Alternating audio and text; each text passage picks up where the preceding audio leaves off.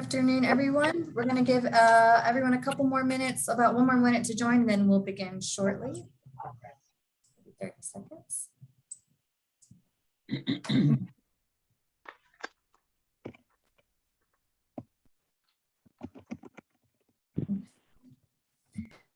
All right, good afternoon and welcome to the NCCA Standards Revision Update.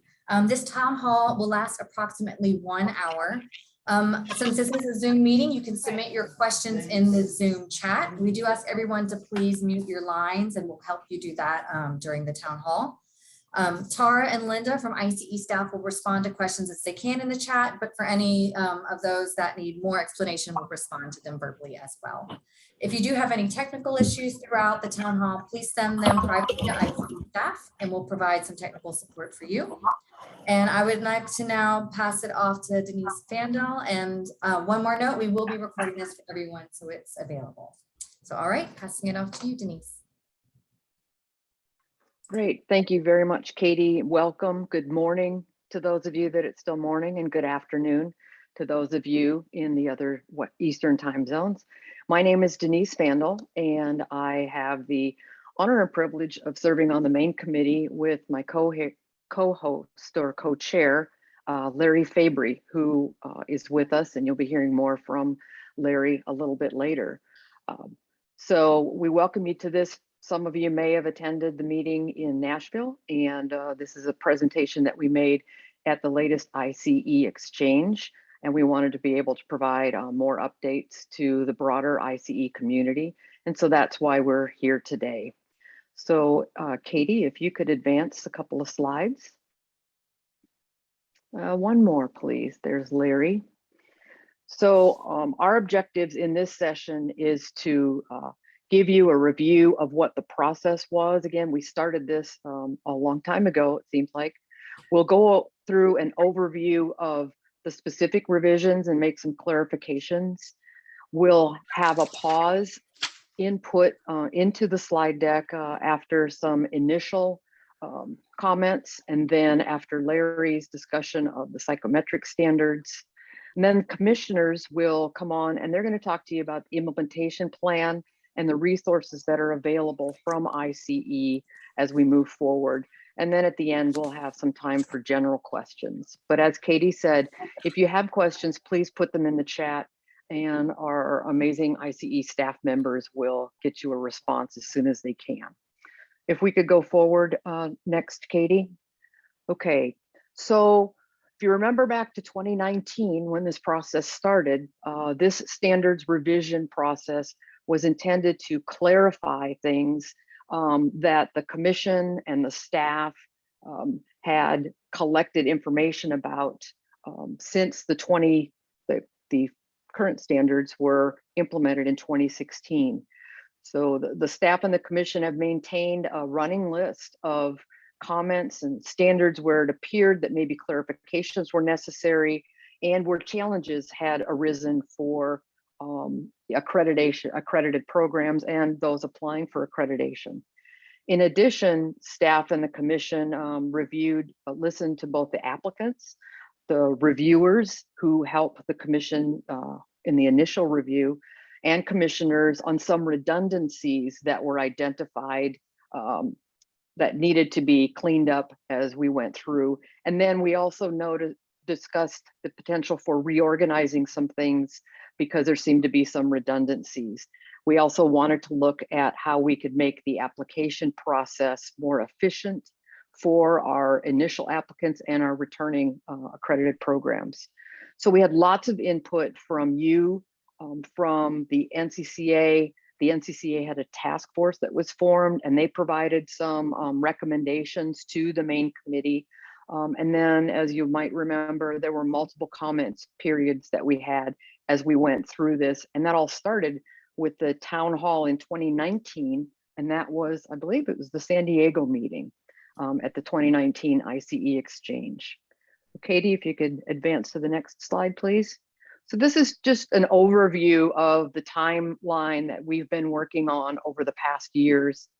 As we said, we started in 2019 and we had, as the rest of you all did, multiple Zoom meetings as we went through this process. The publication of the standards was in December of this past year. And so this is just a graphic of what we're gonna be going through, what we went through and how we'll be moving forward. Next slide, please. So in September of 2019, the I.C.E. issued an open invitation to folks to apply and to become members of the main committee for the standards revision process. So in order to assure a broad representation, only one member from any organization was selected. We had a total of 59 individuals that submitted applications, and 15 were seated on the consensus body or the main committee, including 3 current commissioners, well, at that time, current commissioners. Next slide, please. Now, the main committee had at least monthly meetings, and in some months, we had 3 meetings with a lot of communication between meetings. And so Larry and I are very grateful to that main committee for all the work that they did. Next slide, please. So an additional 15 members were selected to serve as members of a technical advisory group, or a TAG. This group met regularly, and they served as a sounding board to the main committee and provided reactions to the work of the main committee, and they also identified some editorial suggestions. They were invaluable in being those fresh ears and eyes looking as we went through revision processes. And we're all very grateful and indebted to the work that the TAG group did. So thank you to those folks. So let's get into just a general overview of the revisions and some clarifications. The first thing was that we did a systematic review to look for any redundancies. Now, what you might note that standard 9 and 12 are similar, but we determined they're not redundant. Each have their own focus, one on test security and the other just on security overall for programs. The second thing we did is we had a clarification of publicly available, and we put that into the introduction. And then also in standard 6, you'll see it in information for candidates. So generally, as a rule, it should be interpreted as available without request, or as it says, it's necessary in your application. Just let the commission know why it's necessary for them to request. And then the final general overview is that we standardize the suggested evidence in all the commentaries. So those are just some of the general overview pieces. If we could go on to more specific, we'll start with standard 1 on the purpose of the program. We just clarified, we wanted to clarify that in essential element B, if a designation is award, it must accurately reflect the credential. And so remember, the designation would be anything like acronyms that are given out after the credential, the certification is awarded. So as a group, we spent a tremendous amount of time on this standard. We received a lot of good comments from the general I.C.E. membership. And so we thank you for all that input. And that really is the clarification that what we made on standard 1. Now, if we go on to standard 7, this dealt with policies for the certification program. Element D on retesting was clarified to make sure that, if the organization has a retesting policy or for the retesting policy, you have to provide it, and the extent of exposure on exam content needs to be included with the other items that we've always included when we've submitted our applications.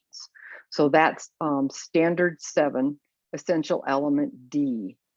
And then in commentary 6, you'll see additional help. And that's that the retesting policy has a little bit of a clarification. We added that to clarify that you need to have a clear retesting policy in addition to when the retesting policies would apply. So that's a specific thing we want to point out to you on standard 7. And then on standard 8, the awarding of the certification. We did some clarification and revisions that lay out what's expected of programs to demonstrate comparability of the exam and the recertification requirements and the policies of the programs in the granting of certifications by way of reciprocity. And commentary 2 helps to really clarify that if you're recognizing another certification program that's accredited, accreditation alone of that program that you're looking to establish reciprocity with is not sufficient as your only evidence of comparability. You have to make sure that we receive with your application the demonstration of the exam and the recertification requirements and all the policies. So you can't just submit an application saying, well, they're accredited, so we recognize them. And then the final part, I believe, on my section here is looking at standard 12 on test security.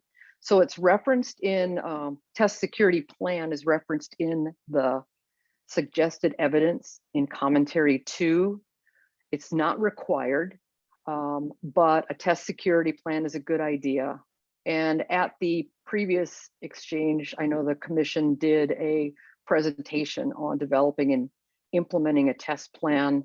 I don't know if that was captured and is in the I.C.E. library, but staff could probably answer that in the chat box. So those are some specific revisions and clarifications in kind of the administrative standards.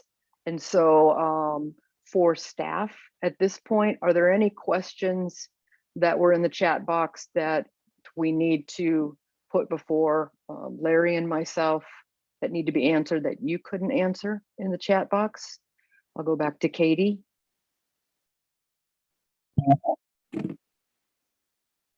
Sure, we just got a question that says, does the rationale for the retesting policy need to be stated in our internal policies or in the candidate handbook? Yeah, I think for sure in your internal policies, it's especially in terms of how you control for exam content. I think your rules on candidate retesting would be there. I'm not sure, Larry, if you have anything to add or if the commissioners. I was trying to flip over to the standards to see if it's specified. I don't think it does specify where that has to be. I think there has to be evidence that the policy was developed based on a rational basis. And that doesn't necessarily mean that it has to appear, the rationale itself doesn't necessarily have to appear in the handbook. Always a good idea if you've ever got a question about whether it should or should not, it's always a better idea to err on the side of being more transparent and open. Yeah, and Tara has put on the chat that standard 7 is not requiring it to be publicly available, but it will have to be submitted with the documents. But to Larry's point, if you can, and it doesn't give out too much confidential information, we always like the public to know what we're expecting of them. Yeah, and Amin just commented essentially what I was saying, that it's probably a good idea to have something in your candidate handbook as well as in your policies and procedures. Thanks for that input. Any other questions before I hand it over to Larry to go over the next sets? Okay, well, thank you all, and we'll hear from Larry next. So I'm already unmuted, and the next standard for discussion is on panels. And the previous title of Standard 13 was panel composition. The current title of Standard 13 is panel composition. That doesn't mean that we didn't discuss it, because we discussed it a lot. There were lots of viewpoints suggesting that maybe we should change it to subject matter experts, content experts, committees, teams, those sorts of things. And we did try to clarify that a panel could refer to a committee, a team, a group, any group of individuals or groups that work on any certification activities. The other change I think that was had caused a little bit of a sticking point is in the standard itself, the words item development now appear. I think historically there were questions from applicants about whether item writers and item reviewers that may have been working individually, whether that constituted a panel. And the question is yes, if somebody's writing items, the item writers are considered to be a panel, whether they're working together or not. So that was clarified. The other thing that was clarified was to try to emphasize the desire to get diversity on any panel, any group of subject matter experts working on examination certification activities, to make sure that it's as diverse as possible and practical from both a professional and a demographic standpoint. There may be reasons that certain aspects of diversity won't be met, but for the most part, the clarification is to make sure that organizations are thinking about diversity, both from a professional and a demographic standpoint. And Katie, let's move ahead.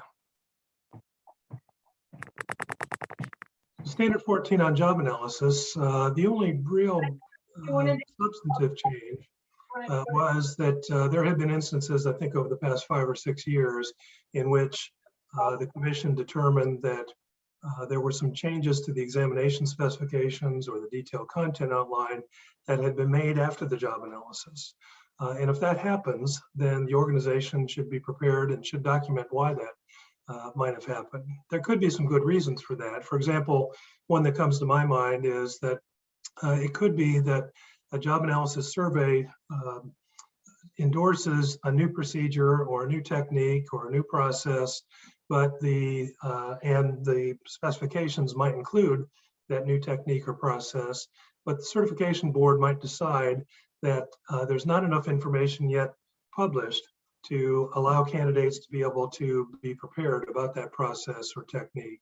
So that might be one example where a board might decide to drop a task or drop a small content area after the job analysis. But if they decide to do that, then the changes should be documented. And I've also heard of instances where sometimes boards will decide to change the emphasis slightly on the content category distribution. And as long as there's a rationale and that rationale is documented, that could be fine. So let's move on along to specifications, please, on standard 15. About the only thing changed here was that we added some suggested evidence. As Denise noted earlier, we tried to standardize the suggested evidence. In this case, there was some evidence that was added as recommended that was included in the essential elements, but it wasn't really included as some of the documentation that should be provided for the application. So again, not too much of a change on standard 15. And moving on along, please. Now this looks like a big change, and many of you have seen this before. It was presented actually at the town hall last fall at I.C.E. Exchange, and I think we had already made the decision as a main committee to reorganize the psychometric standards 16 through what had been 21. You can see those are now appear to be 16 through 20. And essentially what you can see has happened here is that two parts of the standard 21, 21A and 21B, which I think dealt with equating and with, and that was 21B that went into new standard 17. And 21A, I think, dealt with comparability of examinations. 21C and D also dealt with some of the analyses that would be included in the new standard 20. The old standard 20 was called reliability, and you can see the name of the new standard 20 is broader than that. 20A and B deal with reliability. 20C, or the old 21C and D deal with equating and individual item analysis that I'll talk about in just a moment.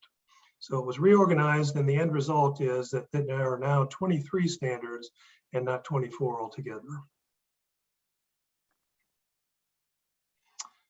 So standard 18, we thought before we dug in a little more deeply, we thought that there might be more changes on examination administration than there really turned out to be. Standard 18 was really one of the last standards that the main committee worked on, because we wanted to wait until the commission's study on live remote proctoring had been completed. Many of you know that over the course of about a year, I guess, when COVID hit, we started increasing the number of administrations that were delivered via live remote proctoring. And the commission developed a study, analyzed some results, got some information, and shared that with the main committee to help fine tune a little bit on the examination administration standard. Some of the standard 18 previously had been very long. And so the other thing that we try to do is tighten it up and not really change the intent very much. Because we noticed or noted that each administration modality, whether it's in a test center or remote proctoring, it used to be that you could try to standardize the test center conditions. Well, with remote proctoring, you can't really standardize because people are taking the test in different environments.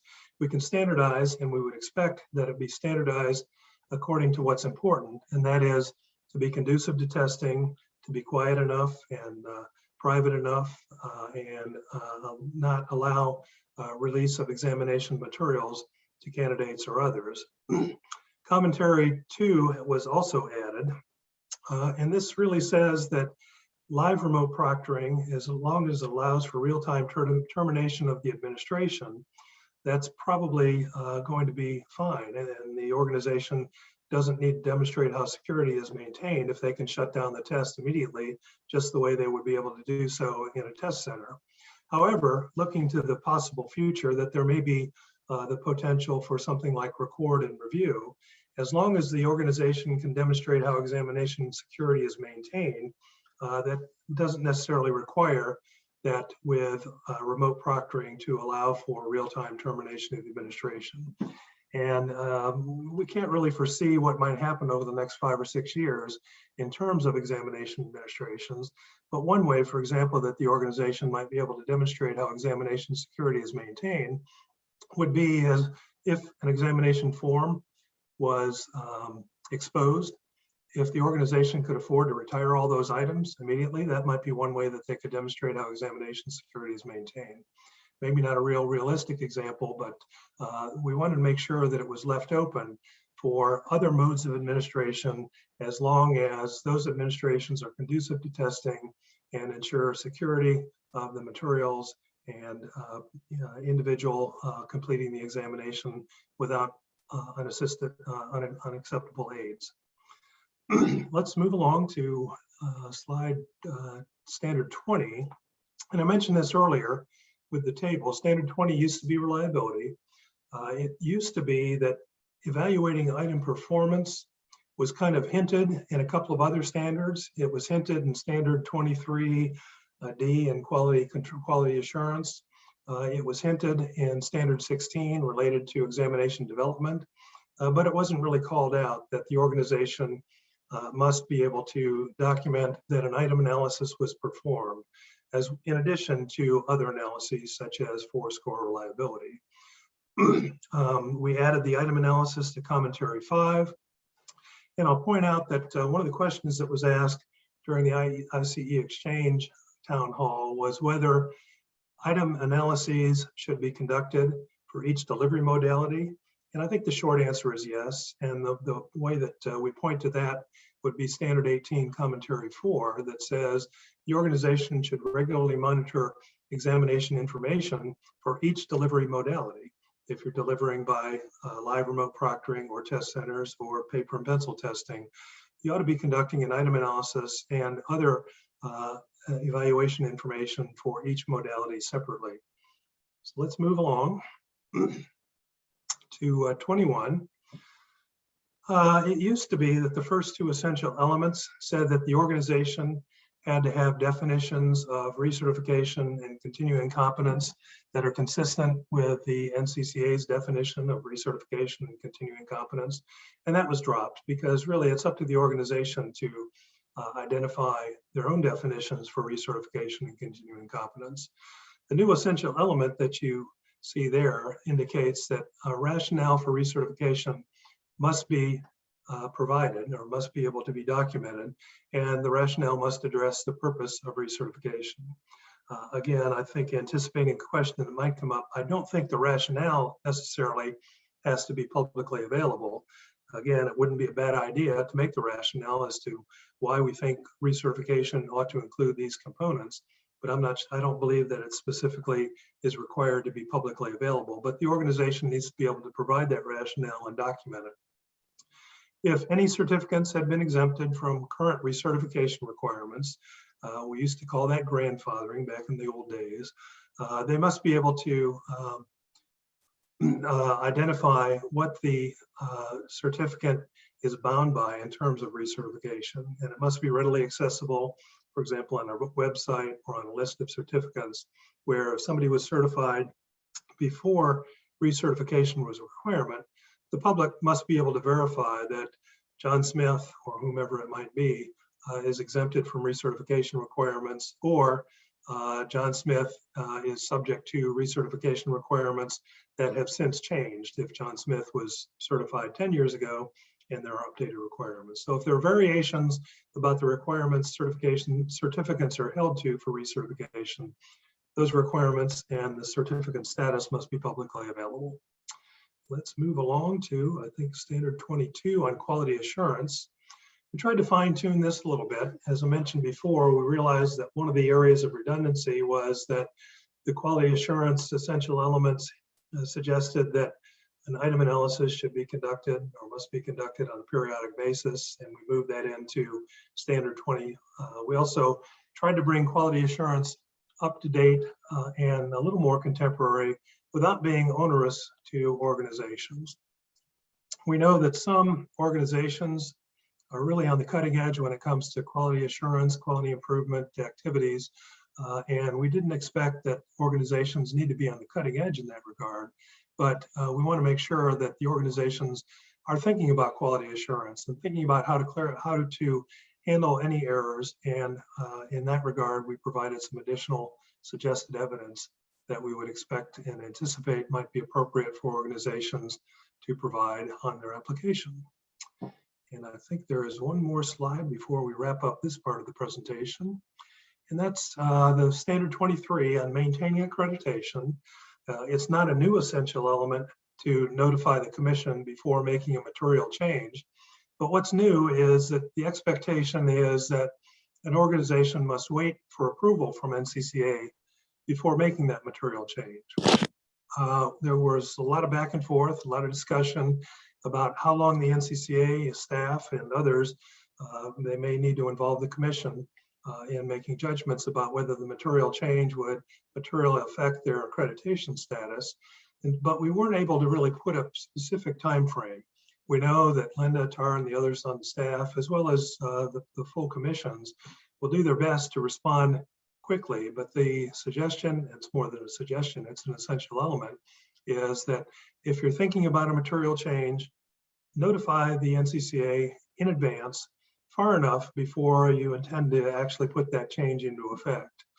I guess the other question that I might anticipate here is, what's a material change?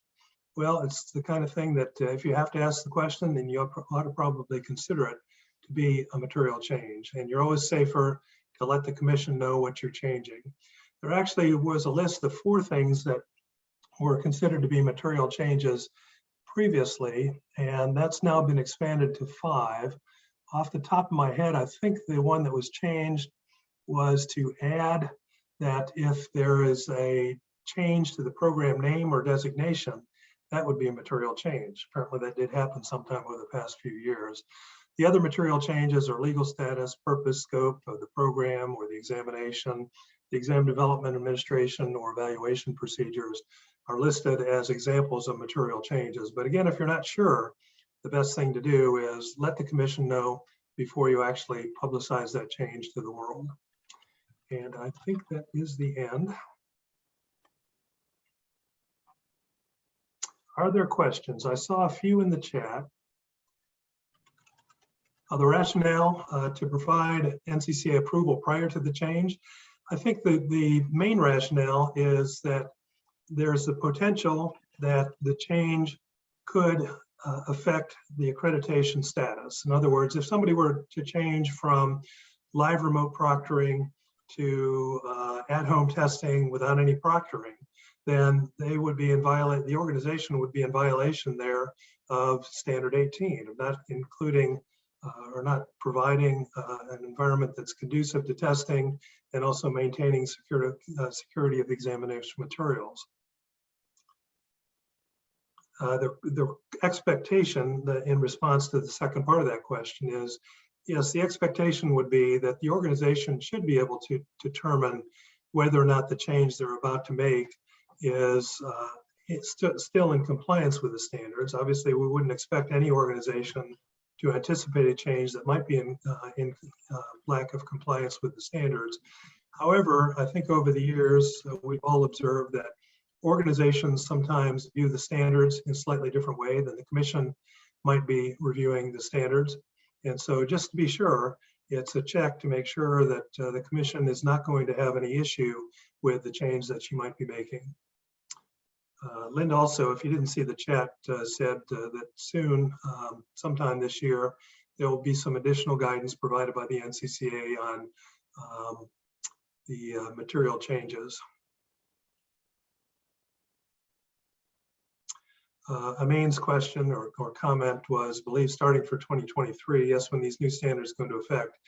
I do think the expectation would be the NCCA annual reporting process would show an analysis of the examination, including an item analysis that would be separate for each mode of administration, in addition to reliability and other decision consistency estimates. Any other questions?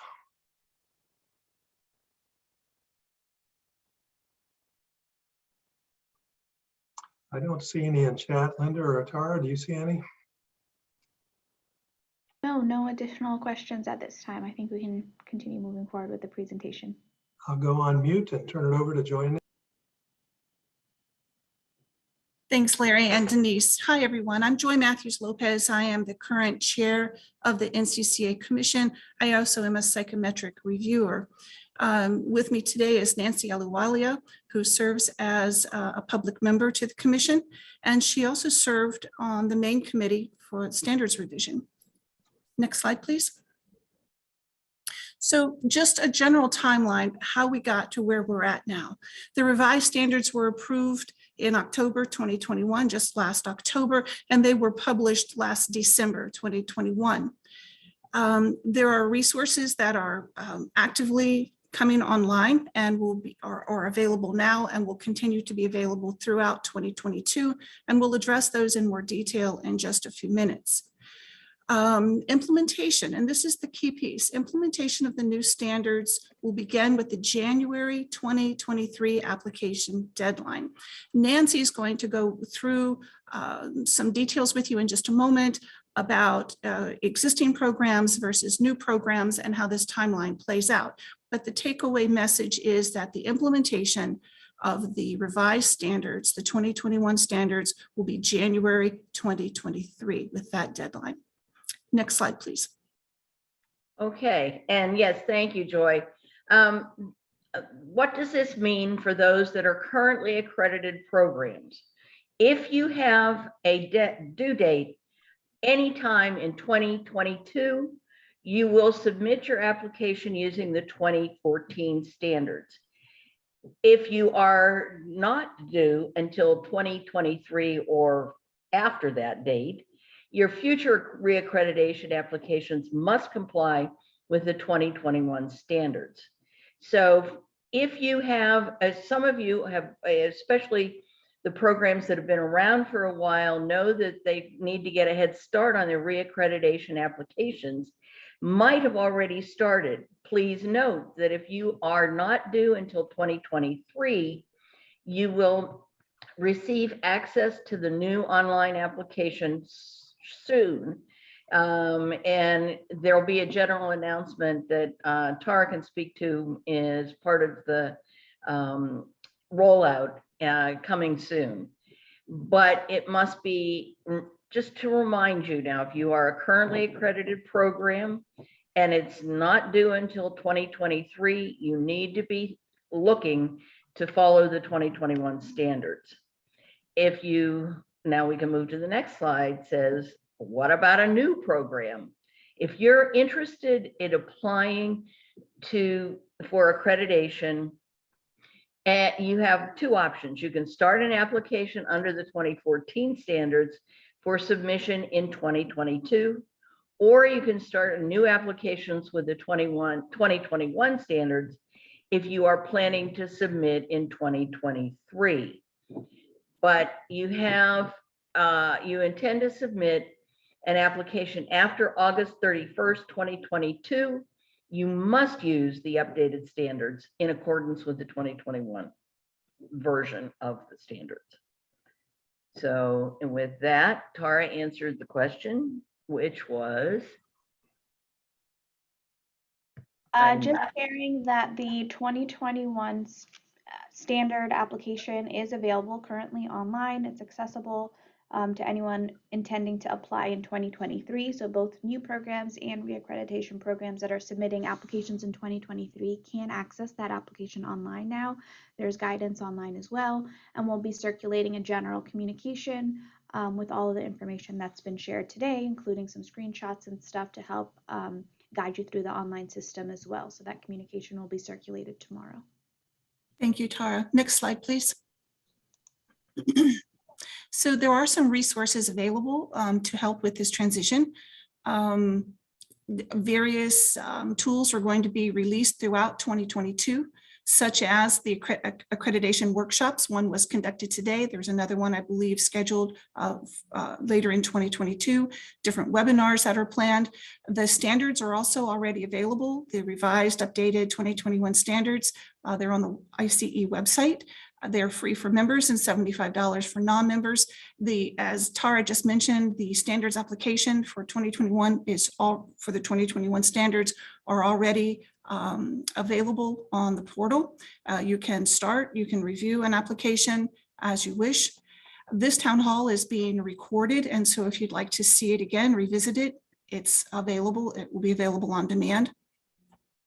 In addition, an NCCA workshop hosted by I.C.E. in the spring and fall will be provided. We'll be providing more information regarding the 2021 standards.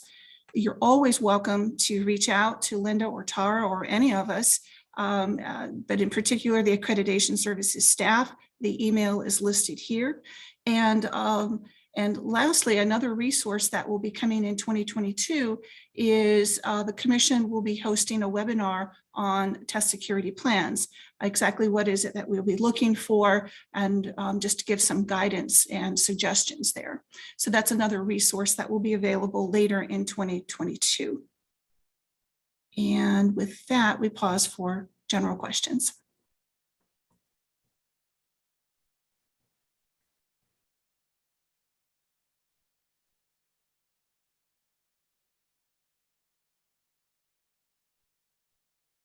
Hearing none, I'll hand it back over. Larry, do you want to wrap this up? I'm on mute. I turned on my camera, but I forgot to unmute. We'll pause a little bit more for any questions, or we'll be happy to give you back 20 minutes to your life, and I'll go out and shovel the driveway. Any last questions? Well, Denise started out by saying thanks to the main committee, the TAG, and as well as anybody else who made some contributions to the project by offering suggestions or questions. So I want to reiterate that thank you. There was just a question about whether the session from Nashville conference on test security, is that available now, Tara, Linda, or Katie, do you happen to know?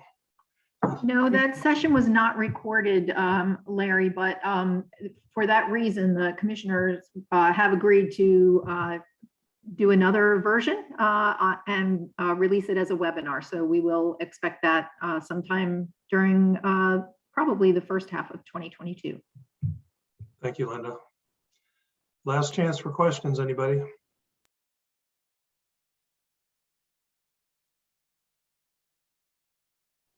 Happy 2022.